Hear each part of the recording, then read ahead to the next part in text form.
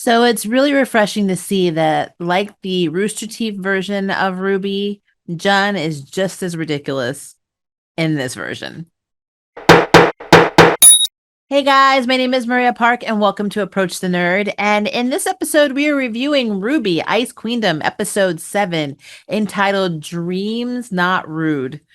This episode was very, very informative for me because, again, I kind of picture this entire anime being a very big advertisement for pro healthcare and mental health. Um, Basically, it's like a cry for help and everyone's basic need for a therapist. I like how we're reflecting so much on Weiss's trauma and her dysfunctional family, being that we're in her mindscape and this is her dream that the Nightmare Grim is using against her to drain her life force. Basically, we get a lot of insight that we never got in the Ruby Rooster Teeth version. Yes, we've seen that the Snee family is dysfunctional as hell, and we've seen just what an a-hole Weiss's father is, and the connections he made, they're unhealthy and criminal. But it's like we get to really see it from Weiss's perspective, which is something I've always wished with all of our characters we got in Ruby. But it's such a rushed franchise that it's kind of a difficult thing to do, I guess. I don't know. I have a love-hate relationship with the writing on Ruby, so it is what it is. But in this episode, I was very excited to basically see just how deep Weiss's trauma goes. But let's just kind of recap some of the things that were interesting. So our team Ruby minus Weiss arrived back into Weiss's dream world with Jun in tow. He ends up under the snow, and they have to dig him out. Now, the first thing I find interesting is Weiss's perception of Jun is pretty much the same as it is in the Rooster Teeth version. His sword is way too heavy for him and large for him, meaning he's not able to handle his sword. She thinks he's not man enough, I guess, in her mind to be strong enough to handle his sword, which is why his sword very much outweighs him, which is interesting because we do see throughout Ruby, Rooster Teeth Ruby anyway, the kind of evolution of Jun as a leader and, basically being able to handle himself, even though at the time he thought he didn't have a semblance. So I do love that this seems to be going in the same direction, but in a more creative way. And we're seeing it more in Weiss's mind than just how she would coldly brush him off in the series, the Rooster Teeth series. But so John having basically, I'm calling it Nightmare Grim antibodies. So if Nightmare Grim is COVID, he has the antibodies for it. He's able to pass through her dreamscape without being noticed, without any interference really from anyone in her dreamscape, because the Nightmare Grim sees him as, I guess, part of the infected or basically part of the scenery. So he does have that, kind of immunity, but at the same time, he's also heavily affected by on an allergy level. Like we were already seeing that he's getting like cold or like sinus infection type symptoms, and he's not anywhere near the grim nightmare yet. So that is something that's interesting. But that is something Xian did warn them would happen, and could potentially be fatal for him in this dream. And he still chose to go, which is Jun. So the plan is for the Team Ruby, they're going to save the Snee Company dust train from the White Fang. And they do. And this kind of throws Weiss into a loop because, she starts seeing on the screen the train is actually finally going to make it to the city because they've never been able to bring a train there no matter how much she's tried. It's always been, attacked by the White Fang and taken. And so it's finally going to be, you know, a company train that makes it to the city. And when she looks on the screen, she sees, of course, her teammates and John sitting on the train. And she's completely thrown for a loop because Blake, who she sees as a Faunus and the embodiment of the White Fang and everything bad, saved the train. So she's like, what is happening? She's confused. Um, so some symbolism comes in again. So the train is approaching the city and the gates are not opening. So they're all like saying, Weiss, open the gate. And Ruby's like, please open the gate. And it's like she can hear them. and she lets them in. And it's so symbolic that Weiss is starting to let them in. But for me, I kind of feel like she already has, because would they not have been rejected from the dream from the get-go? I mean, of course, John can pass through because he's not detected by the Nightmare Grim.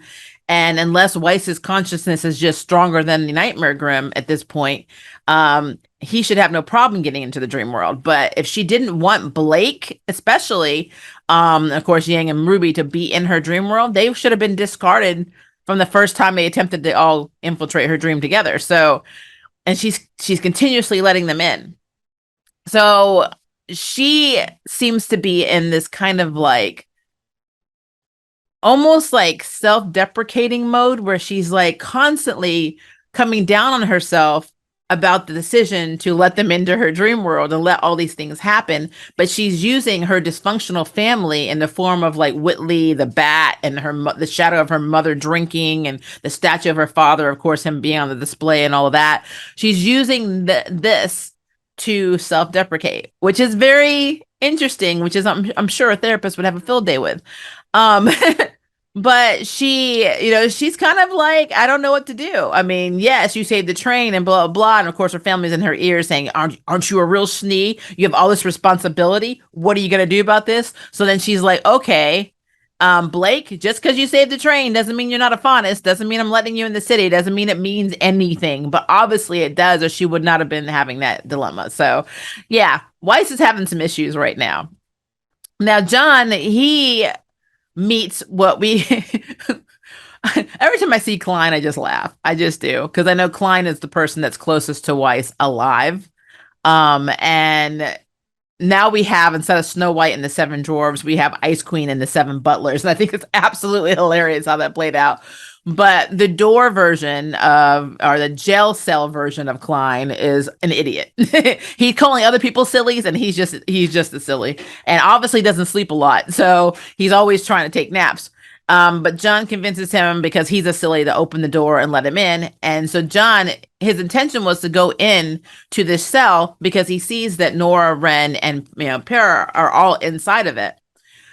I don't know why Para keeps being put in there. The only thing I can ascertain about that is that Weiss, even though she fangirled her and she thinks that Para is like the best thing since chocolate, she's part of Team Juniper, and maybe she sees this as punishment for not choosing her, and that's why she's with the team behind the silly, basically considered one of the sillies and being locked up for her own protection. Because Para is actually a very strong character, so you would think of anybody, she probably made like a general or a guard or something, not somebody who's singing Weiss's songs and being put in with the same, or in the same category as the rest of Team Juniper. But she's in there, and it's interesting because this is not Jun's dream, but his team, even in Weiss's dreamscape, takes care of him. Like he's really, really cold, and they give him gloves and a scarf and a hat. And I'm like, that I always loved how quickly Team Juniper bonded and were just there for each other.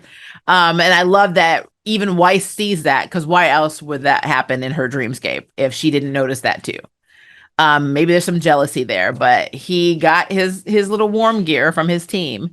Now that weird sculpture that has all of the arrows that are pointing all over the place, that I am still convinced is basically her indecisiveness, or Weiss's indecisiveness on what path to take in life. So it's basically directionless and it's all over the place.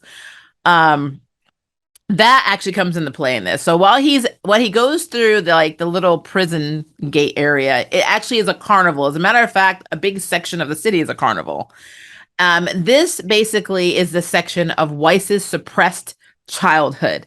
And that sculpture turns like kind of like to green or go. It's almost like red light, green light. And all these young kid versions or child versions of Weiss come flying out of the gate, because of course John used his oversized sword to block the gate so he wouldn't be locked in.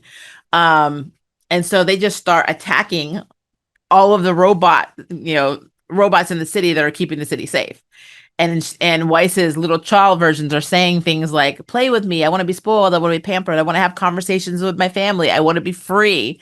So basically all of the feelings that Weiss has had to suppress since her childhood come basically flying out in the form of little child versions of her. Again, a therapist dream. Like they would have her on the couch for a long time.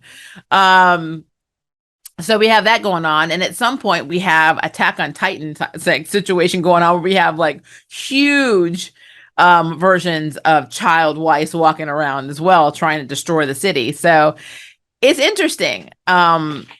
It's basically Weiss trying to free herself, which again, I think is the outcome of this entire series. I think her team is in this dream to show that they want her, to show that they support her, and that they are there for her in general. But it's ultimately going to be Weiss who has to take out the Nightmare Grim and save herself and accept all these things. And more importantly, accept change, which is what I think Weiss is not able to do right now. And the Nightmare Grim is literally taking advantage of. So that's what I think the outcome of that is. But it's very interesting to see all these Weisses, little child Weisses, like kind of flying or like running around and attacking things and just saying, play with me, be my it's very, very cool. Now the plan for the rest of Teen Ruby is to use Jun as a distraction, or basically have Jun try and get as close as he possibly can and just kind of move around, because he can. And they're trying to get to the Nightmare Grim. And of course, Weiss shows up with her spell book. And before I talk about that, I will say I love the fact that Nicholas, her grandfather, who, if you again are a big fan of the Ruby Rooster Teeth series, you'll know that Nicholas Schnee founded the Schnee Company. He was very honest. He was a great guy. He was opposite, Jack. He was nothing like Weiss's dad. Weiss's father's a manipulative a-hole. The grandfather actually gave a crap about his company, his employees, and he was hardworking, and he would never have his employees do something that he would never do himself. He just wasn't manipulative. So he was easily manipulated when he got sick by Weiss's dad, which is how he took over the company. Because by all intents and purposes, it really should have gone to Weiss's mother. But it's a thing. So I love that big old Nicholas or whatever, her grandfather's reference throughout this entire episode is this like protective force. And even like at the end, there's like a huge robot that's named after him because she sees her grandfather as like the ultimate man. So that makes sense that he would be in that role. But I don't know. I just thought that was interesting. And I want to see how that plays out because to me, Weiss has always been more like Weiss and Winter really are more like the grandfather than they are the mother and the father. The mother, like Willow, she has a strength, but she drinks so much to suppress her own emotions and sadness and heartbreak that she's useless right now. But Weiss actually is the closest I feel to the grandfather. So I think that relation is probably what's going to save her in the end. Okay, so Weiss shows up. She has her spell book. Jun and Pyrrha are running from like the vines have gotten around Nora and Ren, and they're trying to attack Jun. Of course, the little children Weiss are attacking everything, so their lives are basically in danger. And side note, Pyrrha and Jun are so cute, and I hate that since this is Ruby, more than likely we're gonna have the same outcome with what happens with Pyrrha. But I feel like the relationship between the two is so much more interesting in this version of Ruby than in the Rooster Teeth volume. Not saying that didn't have depth, not saying that I didn't like it. I feel like my heart is going to break more when Pyrrha dies in this than it did in the Ruby series. But that's just me, only because the writing is so fast and sometimes all over the place in the Rooster Teeth version that, here is kind of more, they have more opportunity to flesh it out in this 12 episode arc. So I love Jun and Pyrrha. And I don't know if we're going to get more of the Japanese anime version of Ruby where we'll actually get to see more of the battles and see what plays out. I hope we do. But if we don't, just seeing how, Pyrrha was like looking at Jun while he's in the dream world saying, I believe in you. And then in the dream, it's those two together running from everything and protecting each other. Or basically Jun was protecting her. And I absolutely love that. I love that. So, yeah. Just had to put that as a side note. But anyway, so Weiss shows up with her sword, looking very much like She-Ra or He-Man, raising it in the air. It was almost like she was screaming by the power of Grayskull. And she starts casting like these spells to pretty much try and control the situation caused by, Team Ruby and Jun infiltrating her dream again. So she's trying to get rid of her smaller versions of herself, the larger versions of herself. And then she summons a big golden robot like thing that could be a representation of a god, but honestly she calls it Nicholas, so it's basically her grandfather, to basically pass judgment on Team Ruby and John, because they are once again in her dream and they are messing up. um so that's kind of where we're left until next Sunday. But like, again, this episode, even though they're so short, you get so much insight to how much trauma Weiss has endured since she was a child. And, you know, seeing her father and seeing what an a-hole he is and how her mother just shut down and she was just like on her own. I mean, it makes sense. I don't know, and I think I said this in my episode 1 review of this series. I don't know if Winter's already in the Atlas military. I know that she was there for basically Weiss's trial to get in the beacon at the house. But when Weiss was leaving, nobody came to see her off, not even Winter. So I'm of the impression that Winter is already left. And so Weiss feels completely abandoned. And all the little kind of animosity between her and Whitley is interesting too, because if you really think about it, I've always felt Whitley got the crap end of the deal because the father basically wanted a son and is trying to mold him after himself. But Whitley, he has a conscience, and we see this actually in the Ruby Rooster Teeth version, that he basically feels like my sister's abandoned me, my mother's not there for me. You know, Klein's there, but I mean, you know, what good is that when my dad is this overpowering a-hole? And he has all these expectations of me, and that's why he is the way he is. And we do see that he is a lot cooler than, you know, the surface would show in volume 8 of Ruby. So yeah, every time I see them interact, like even when he's teasing her, you know, it's basically how she sees Whitley. But I always wondered why she saw him that way, when technically, if she really stopped to think about it, he's doing what he can to survive too. She ran away to Beacon. Winter's running away to the Atlas military. And if you remember in volume 8, Willow's like, you know, basically, you left him here with us, and that's why he is this way. He was the one sibling that he doesn't have a semblance. You know, he's basically expected to be the next CEO, even though, you know, at this point in time, Weiss is the heiress. I mean, he's supposed to be a mini version of his dad, or the next version of his dad, and it's sad. It's kind of sad. So I'm really hoping that plays out a little bit more too, because I don't dislike Whitley, and I think Whitley gets kind of like a crap deal, you know, in the end. But that's me. But yeah, very, very good episode. I cannot wait for next week. Like I said, the whole thing with Blake, I think, is probably the most interesting point to me, in that she could not figure out how to react at the fact that Blake saved the train from the White Fang, but she's a Faunus, and she's supposed to hate Faunus. And this whole, like, her hyper focusing on Blake is interesting, especially since she doesn't really focus on Yang at all. She only blamed Yang for Ruby being the way she is. Ruby's her precious. Blake is the Faunus, and Yang, you're just what you are. Why are you this way? It's your fault. So I think it's interesting that all of these emotions and all these preconceived notions and all these biases are all coming out, and now of course we have the childhood trauma. So yeah, I was here for it. It was a very good episode, and yeah, I can't wait to see what happens next week. But I want to know what you guys think, so please leave me a comment below and let me know. And if you would like to sign up for Jury Duty, hit the subscribe button. If you'd like to know who's next in Nerd Bell, hit the notification bell. Until next time, I can't wait for you to approach the nerd. Bye, guys. Thank you for watching my video. I really appreciate it, but hey, the party doesn't have to stop now. Click on one of these videos and keep it going.